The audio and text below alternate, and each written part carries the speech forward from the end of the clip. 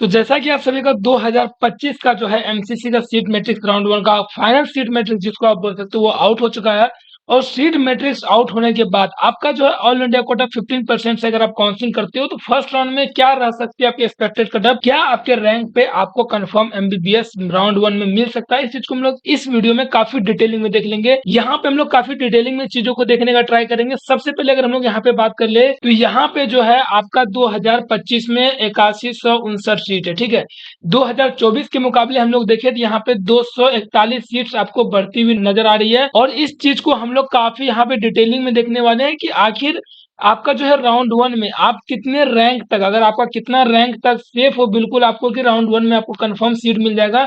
इस वीडियो में हम लोग इस चीज को काफी डिटेलिंग में देखने वाले हैं, बिल्कुल डेटा पे हम लोग बात करेंगे। तो आपको इस वीडियो में लास्ट तक बने रहना है ताकि आपके रैंक के अकॉर्डिंग राउंड वन में क्या कुछ चांसेस हो सकते हैं वो आप कंफर्म देख सको कैटेगरी वाइज, ठीक है। यहाँ सबसे इंपॉर्टेंट बात है कैटेगरी वाइज, चाहे आप जनरल कैटेगरी से आते हो, आप ईडब्ल्यूएस से आते हो, ओबीसी से आते हो, एससी से आते हो, एसटी से आते हो, पीडब्ल्यूडी कैटेगरी से आते हो, इन सारे चीजों के ऊपर हम लोग काफी डिटेलिंग में बात कर लेंगे। तो सबसे पहला जो इंपॉर्टेंट चीज है वो ये देखना हमारे लिए कि 2025 में जो है आपका यहाँ पे 8159 सीट है। 2024 की बात हम लोग कर लेंगे तो यहाँ पे आप देख सकते हो 7918 ये आपका टोटल सीट रहा था राउंड वन का, ठीक है। राउंड वन में जो आपका 2024 में सीट मैट्रिक्स आया था उसमें आपका टोटल इतना कुछ सीट था। यहाँ पे हम लोग बात करेंगे यहाँ पे कि सीट्स बढ़ी है या घटी है।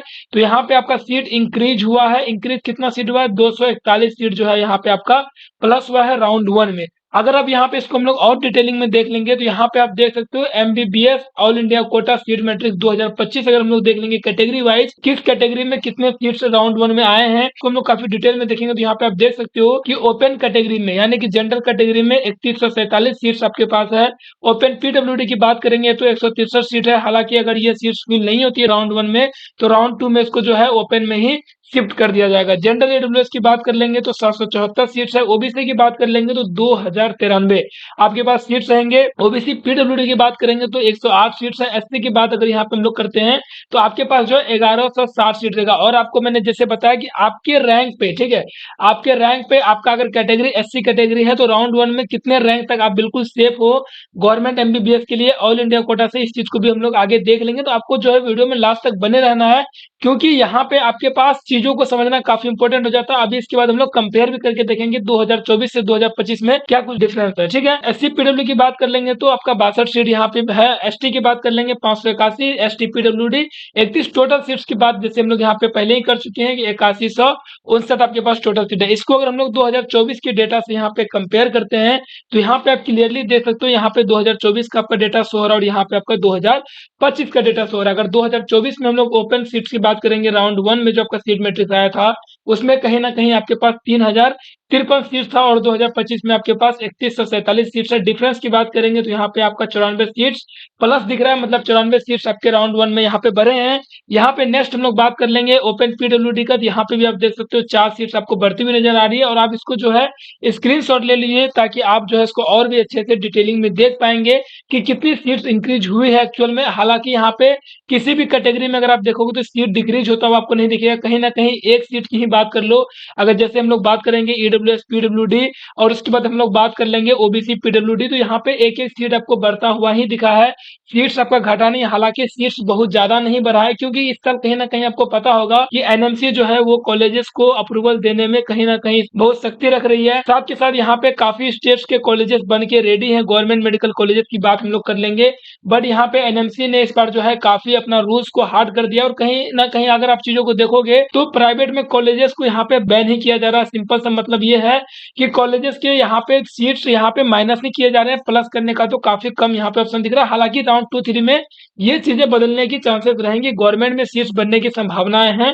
हालांकि प्राइवेट की बात करेंगे तो प्राइवेट में इस साल सीट्स बनने की चांसेस थोड़ी सी कम है बट गवर्नमेंट में सीट्स बढ़ेंगी। यहाँ पे हम लोग नेक्स्ट अगर देख लेंगे तो एसटी की बात अगर हम लोग करते हैं तो 2024 में 564 सीट था और 2025 की बात कर लेंगे तो 581 ये कुछ टोटल आपके पास सीट का। डिफरेंस की हम लोग बात यहाँ पे करेंगे तो डिफरेंस जो है आपका यहाँ पे 17 है। यहाँ पे स्टूडेंट्स काफी ज्यादा परेशान हो जाते हैं, काफी ज्यादा कंफ्यूज रहते हैं कि अगर मान लो ओपन में आपके पास सीट 3053 2024 में था या फिर 2025 की बात करोगे तो आपके पास अगर सीट 3147 है तो आखिर कितने रैंक वाले तक स्टूडेंट्स जो है वो अपने आप को सेफ मान के चलेंगे अगर वो ऑल इंडिया कोटा से काउंसलिंग करते हैं, राउंड 1 में उनको कंफर्म सीट मिल जाएगा। तो अभी हम लोग जो है उसके ऊपर बात कर लेंगे यहाँ पे। तो यहाँ पे आप देख सकते हो कि प्रिडिक्टेड ऑल इंडिया कोटा 2025 का यहाँ पे कट ऑफ है, क्लोजिंग रैंक यहाँ पे आपका एस्टिमेटेड मैं आपको बता देता हूँ। हालांकि इसमें ज्यादा आपको डिफरेंस देखने को नहीं मिलेगा, ठीक है।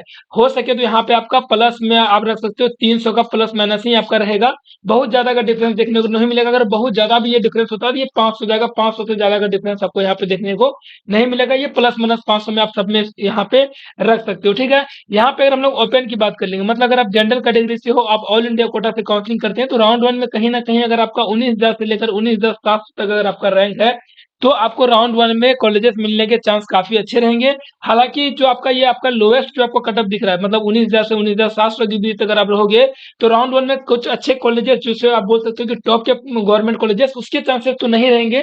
लेकिन हाँ, राउंड 1 में आपको कंफर्म एमबीबीएस कॉलेज मिल जाएगा, इसके चांसेस काफी ज्यादा रहेंगे, ठीक है। जनरल ईडब्ल्यूएस की बात हम लोग कर लेंगे यहाँ पे। अगर आपका रैंक 23,000 से लेकर 23,500 तक है और आपका जो है कैटेगरी है जनरल ईडब्ल्यूएस, तो कहीं ना कहीं आपके पास चांसेस रहेंगे कि राउंड 1 में ही आपको सीट मिल जाएगा। अब वो सारी चीजें आपका जो है निर्भर करेगा कि आप कितने अच्छे से अपना चॉइस फिलिंग करते हैं, काउंसलिंग को आप कितने अच्छे से करते हैं, क्योंकि जितने अच्छे से आपने अपना तैयारी किया है, उसी तरीके से आपको स्ट्रेटजी लगाना है अपने काउंसलिंग में, अपने चॉइस फिलिंग में। हालांकि आप सभी ने रजिस्ट्रेशन कर लिया, आप चॉइस फिलिंग में आपको काफी अच्छे से करना। ओबीसी की हम लोग यहाँ पे अगर बात कर लेंगे तो 20,000 से लेकर 21,500, ठीक है। 20,000 से लेकर 21,500 तक अगर आपका रैंक है, तो कहीं ना कहीं ओबीसी कैटेगरी में भी आप सेफ साइड में आते हो कि आपको राउंड 1 में कंफर्म सीट मिल जाएगा। हालांकि अगर राउंड 1 में नहीं मिलता है 21,500 में, या फिर आपको आपका वो कॉलेज नहीं मिलता जो कि आप चाह रहे थे, आपको लग रहा है कि जो कॉलेज आपको मिला है वो अप टू मार्क कॉलेज नहीं है, उतना अच्छा कॉलेज नहीं है, तो आप अपग्रेड करके राउंड 2 में जा सकते हैं। आपको और भी बेटर कॉलेजेस के ऑप्शन राउंड 2 में रहेंगे। एससी की हम लोग यहाँ पे बात कर लेंगे तो 1,00,000 से लेकर 1,06,000 तक अगर आपका रैंक है, तो एससी कैटेगरी में भी आपके पास काफी अच्छे चांसेस रहेंगे। राउंड 1 में आपको गवर्नमेंट एमबीबीएस कॉलेज मिल जाएगा ऑल इंडिया कोटा 15% काउंसलिंग से, ठीक है। यहाँ पे हम लोग एसटी कैटेगरी की बात कर लेंगे तो एसटी कैटेगरी में आपके पास 1,40,000 से लेकर 1,45,500 तक जो है आपका बिल्कुल सेफ स्कोर आप मान के इसको चल सकते हो, जहां पे आपके पास चांसेस रहेंगे कि आपको जो है कंफर्म गवर्नमेंट एमबीबीएस राउंड 1 में ही मिल जाएगा। अब ये सारी चीजें आपको अच्छे से देख लेनी है। डिफरेंस की जहां तक अगर मैं बात करूं, तो जैसे मैंने पहले ही आपको बताया था कि प्लस माइनस 500 में आप लेके चल सकते हो, बहुत ज्यादा का डिफरेंस आपको यहाँ पे देखने को नहीं मिलेगा। और आप जो है इन सारे टेबल्स का स्क्रीनशॉट रख सकते हैं। ये आपको एग्जैक्ट डेटा है 2024 का, कि 2024 में जब आपका सीट मैट्रिक्स आया था राउंड 1 में, तो वहां पे कैटेगरी वाइज कितने सीट्स आई थी और यहाँ पे 2025 में कितनी सीट्स आई है, और डिफरेंस की बात करोगे तो डिफरेंस भी आपको यहाँ पे दिख जाएगा। हालांकि यहाँ पे सीट्स में माइनस कहीं भी नहीं दिख रहा है, जहां भी आपको दिख रहा है सारे जगह आपको प्लस ही देखने को मिल रहा है। तो इस चीज को आपको समझ के चलना है कि सीट्स जो है इंक्रीज तो नहीं हुई है, इसको आप इंक्रीज नहीं बोलोगे। 241 सीट जो आई है वो कुछ खास इंक्रीमेंट इसको हम लोग नहीं बोलेंगे। ऐसा क्यों हो रहा है आपको पता होना चाहिए कि एनएमसी ने अपना जो है गाइडलाइंस इस बार काफी ज्यादा स्ट्रिक्ट कर दिया है। क्यों कर दिया है, काफी चीजें हुई है बैकएंड में।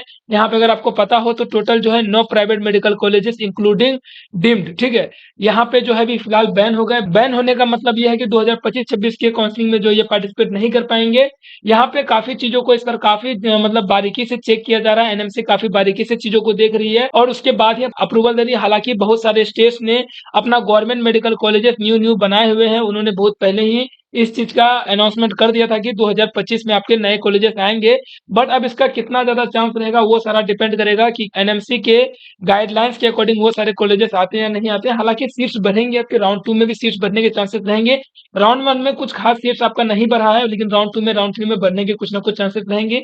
प्राइवेट में आप बहुत ज्यादा उम्मीद यहाँ पे नहीं कर सकते, लेकिन गवर्नमेंट में चांसेस हैं आपके पास। तो नेक्स्ट देखना ये रहेगा कि आपके सीट्स राउंड 2 में कितने बढ़ते हैं। हालांकि राउंड 1 की हम लोग अगर बात कर लेंगे तो आपके पास क्या कुछ यहाँ पे सेफ स्कोर रहेगा राउंड 1 में, आपके कैटेगरी वाइज आपको यहाँ पे काफी डिटेलिंग में मैंने बता दिया। तो बिल्कुल इसके बाद अगर आप इस रैंक पे आते हो, आपके कैटेगरी के अकॉर्डिंग अगर आप इस रैंक के अंदर आ रहे हो, तो बिल्कुल आप काउंसलिंग करो।